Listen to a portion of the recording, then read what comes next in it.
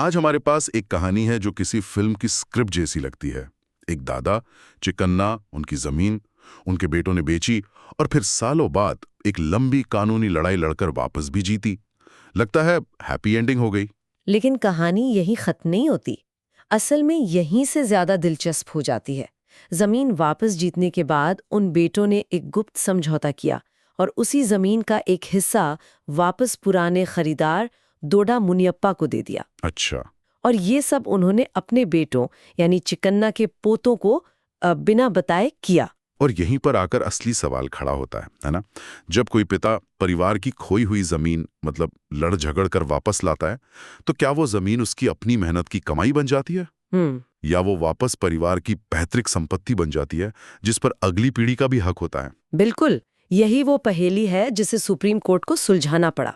ठीक है, तो कहानी तो दिलचस्प है, लेकिन मुझे लगता है कि असली पैंच इसकी तारीखों और शर्तों में छुपा है। आप हमें उस टाइमलाइन पर ले चल सकती हैं? 1950 में क्या हुआ था? जरूर।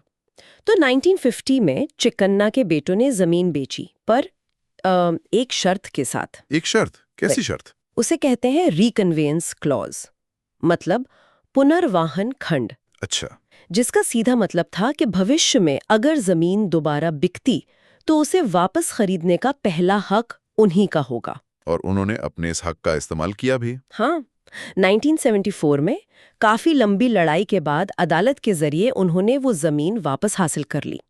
लेकिन फिर 2 साल बाद 1976 में उसी अदालती फैसले को लागू करवाने की प्रक्रिया के दौरान उन्होंने एक समझौता किया। एक समझौता? और इसी में जमीन का एक टुकड़ा पोतों की सहमति के बिना खरीदार को वापस दे दिया? जी, बिल्कुल यही हुआ। एक मिनट, यहाँ मुझे कुछ ये बात ठीक नहीं लग रही है। बताइए।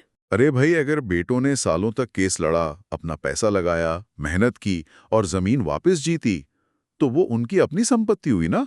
Self acquired property. उस मेहनत का कोई मोल नहीं? ये एक बहुत ही वाजिब सवाल है और यही बचाव पक्ष की मुख्य दलील थी। लेकिन सुप्रीम कोर्ट ने इसे अलग तरह से देखा। अदालत ने श्रीमती दीपो बनाम वसंत सिंह मामले के एक बहुत पुराने और महत्वपूर्ण सिद्धांत का हवाला दिया। दीपो सिद्धांत? ये क्या है?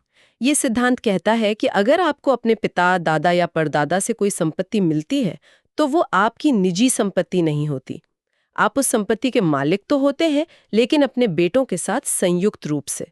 कानून की भाषा में आप सब सहदायिक या को-पार्सनर्स बन जाते हैं। अच्छा, तो इसका मतलब है कि जैसे ही वो जमीन 1974 में पुनर्वाहन के जरिए वापस आई, उसने अपना पुराना पैतृक चरित्र फिर से अपना लिया। वो कभी निजी संपत्ति बनी ही नहीं। एकदम सही, आपने बिल्कुल सही पकड़ा। अदालत ने कहा कि जमीन की वापसी ने बस उसकी पुरानी स्थिति बहाल कर दी, इसलिए उस जमीन पर चिकन्ना के पोतों का जन्म से अधिकार था। और पिता अपने बेटों की सहमति के बिना उनके हिस्से का सौदा नहीं कर सकते थे। बिल्कुल, 1976 का वो समझौता पोतों के हिस्से पर लागू ही नहीं हो सकता था। वाह, तो ये तो बहुत बड़ा फैसला हुआ। इसका मतलब आज के दौर में जो लोग ऐसी प्रॉपर्टी से डील कर रहे हैं, उनके लिए इसमें सीखने को बहुत कुछ है। बहुत कुछ।